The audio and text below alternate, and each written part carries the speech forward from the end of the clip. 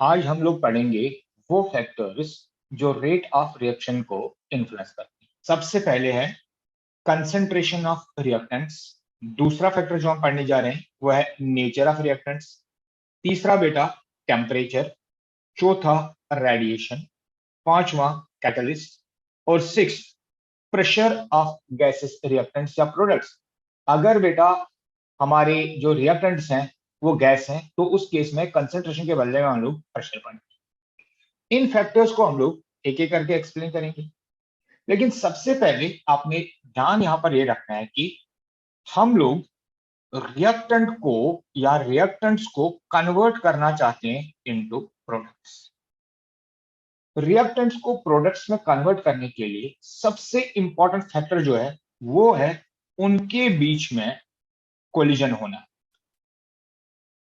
Collision का मतलब होता है जब दो मॉलिक्यूल्स आपस में एक दूसरे के साथ कोलाइड करेंगे विद प्रॉपर एनर्जी और प्रॉपर ओरिएंटेशन। जैसे आप किसी नए स्कूल में गए, वहां पर आप नए क्लास में गए, तो जब वहां पर आप जाते हैं आप किसी को जानते नहीं, तो जब आप क्लास में एंटर करते हैं, जब तक आप किसी दूसरे बच्चे के साथ बातचीत शुरू नहीं करेंगे तो बेटा तब तक वो आपका फ्रेंड तो बन नहीं सकता। उसी तरह से जब हम लोग दो रिएक्टेंट्स को आपस में नजदीक लाते हैं, जब तक वो एक दूसरे के साथ इंटरेक्ट नहीं करेंगे, उस इंटरेक्शन को यहां पर हम लोग कोलिजन का नाम देते हैं।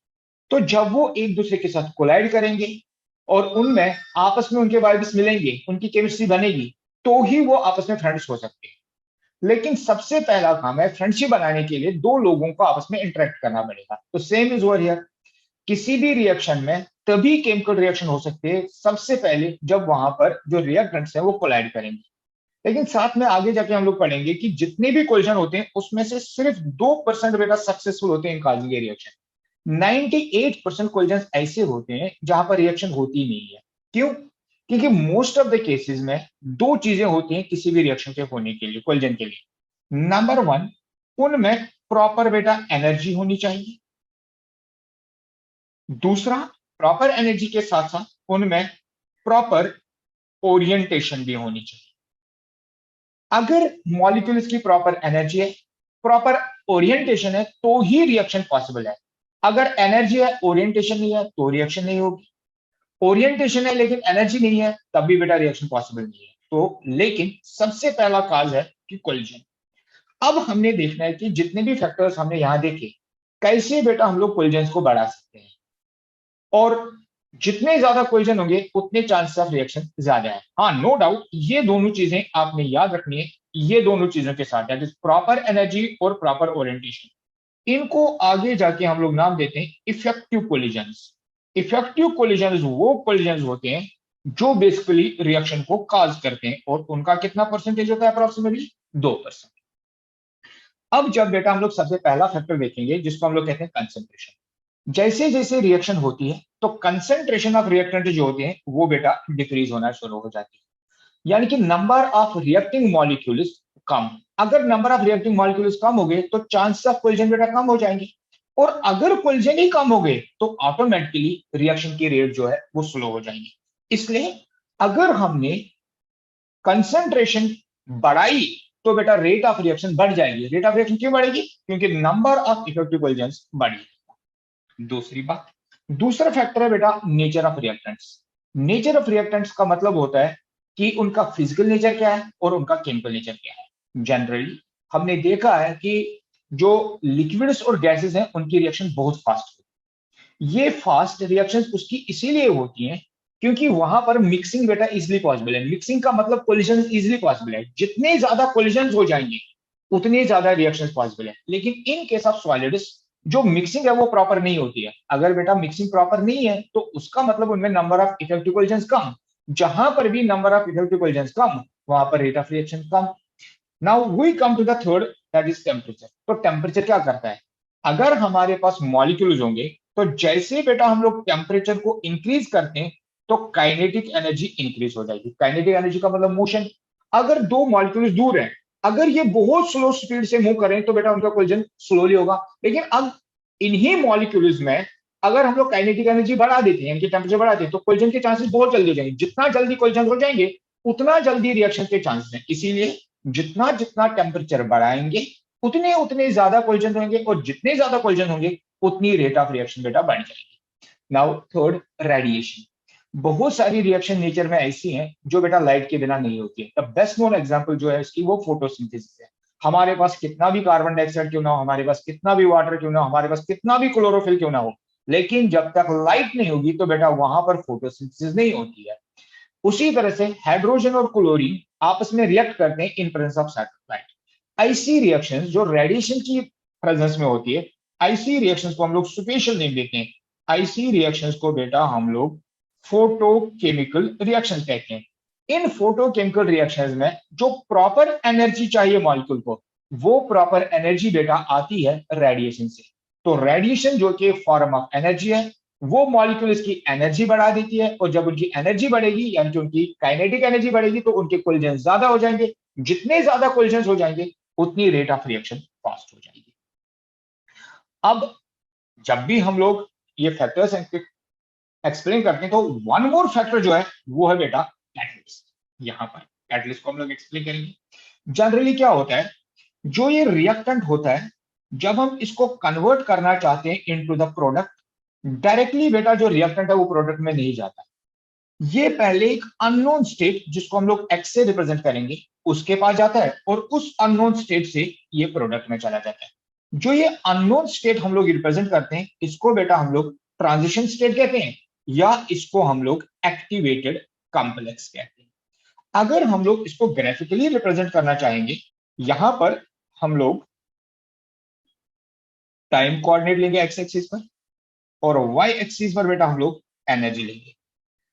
दुनिया में हर एक सबस्टेंस की कोई ना कोई एनर्जी होती है, विच में be due to kinetic energy, potential energy, rotational energy, कोई भी एनर्जी, उसको हमने ऑलरेडी पढ़ा है, उसको बेटा हम लोग इंटरनल एनर्जी कहते हैं।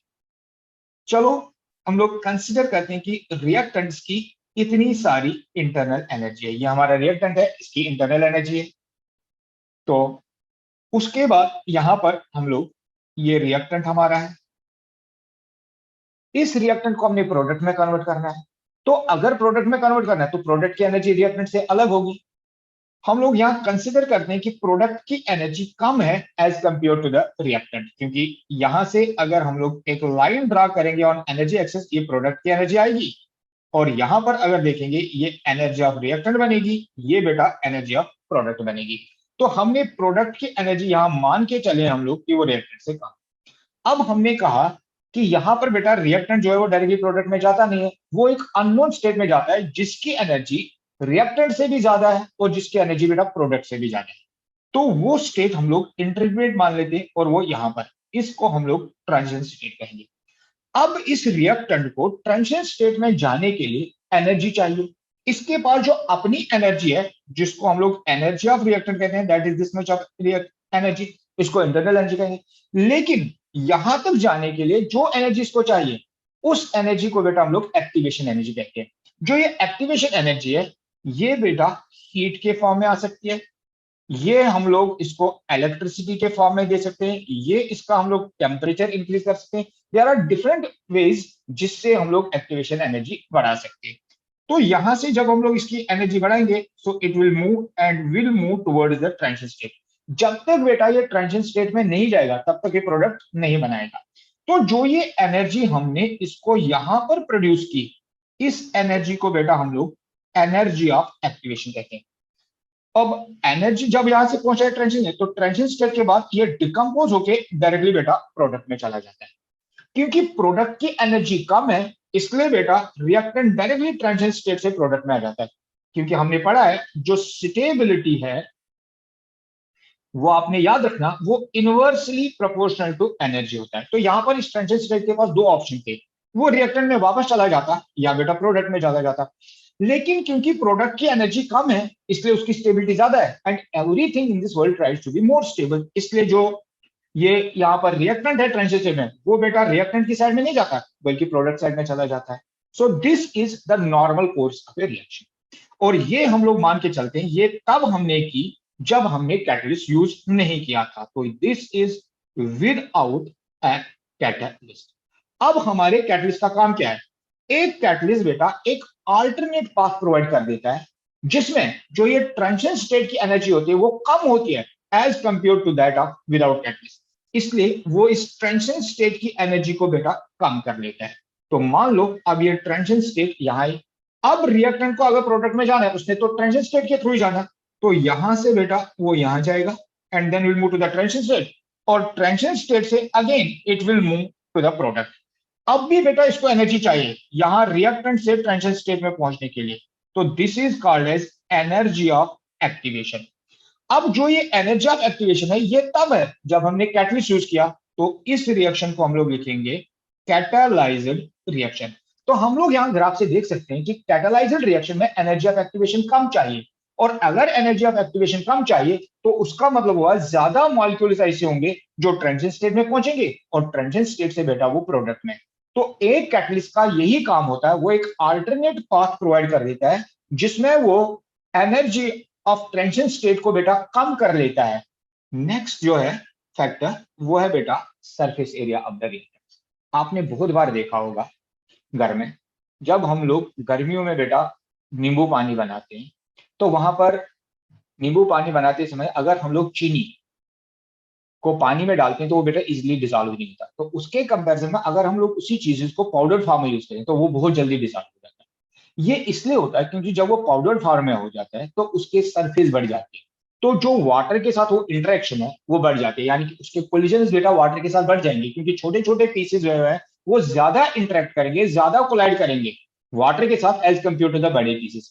तो इसीलिए जितना सबस्टेंस छोटे छोटे पीसेस में होगा उतना उसका सरफेस एरिया ज्यादा होगा, और जितना ज्यादा सरफेस एरिया होगा उतना ज्यादा उसकी रेट ऑफ रिएक्शन है। यही चीज बेटा तब भी एप्लीकेबल होती है जब हम लोग लकड़ी को जलाना चाहते हैं। अगर हमारे पास एक लॉग ऑफ वुड है तो वो इजिली बेटा जलता ही नहीं है, लेकिन अगर उसके बदले में हमारे पास बूरा हो, छोटे छोटे पीसेस हो, तो उनमें बहुत जल्दी आग लग जाती है। क्यों? क्योंकि जितने पीसेस छोटे होंगे उतना ज्यादा सरफेस एरिया होगा, जितना ज्यादा सरफेस एरिया होगा उतनी ज्यादा रेट ऑफ रिएक्शन होगा। एक और चीज जो बहुत इंपॉर्टेंट है किसी भी केमिकल रिएक्शन के लिए वो है केमिकल नेचर। इसको बेटा हम लोग यहाँ पर एक एग्जाम्पल के थ्रू करेंगे। सपोज करें हम लोग NaOH को ट्रीट करते हैं HCl के साथ, एक न्यूट्रलाइजेशन रिएक्शन है, दोनों एक्वस मीडियम में। तो जैसे हम लोग इनको न्यूट्रलाइज करेंगे तो यहां पर हमें NaCl और वाटर मिल जाएगा, और ये रिएक्शन बेटा एक फास्ट रिएक्शन है जिसको आप इंस्टेंटेनियस रिएक्शन कहते हैं।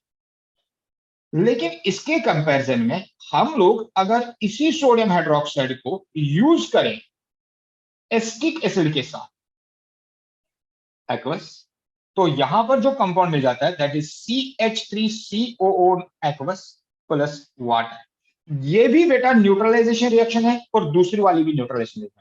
पहली वाली रिएक्शन जो है वो इंस्टेंटेनियस रिएक्शन है या फास्ट रिएक्शन है, लेकिन दूसरी रिएक्शन जो है वो बेटा एक इंटरमीडिएट रिएक्शन है जो हम ऑलरेडी पढ़ चुके हैं। इंटरमीडिएट रिएक्शंस वो रिएक्शंस होते हैं जो बेटा ना तो बहुत फास्ट होती है ना तो बहुत स्लोली होती है।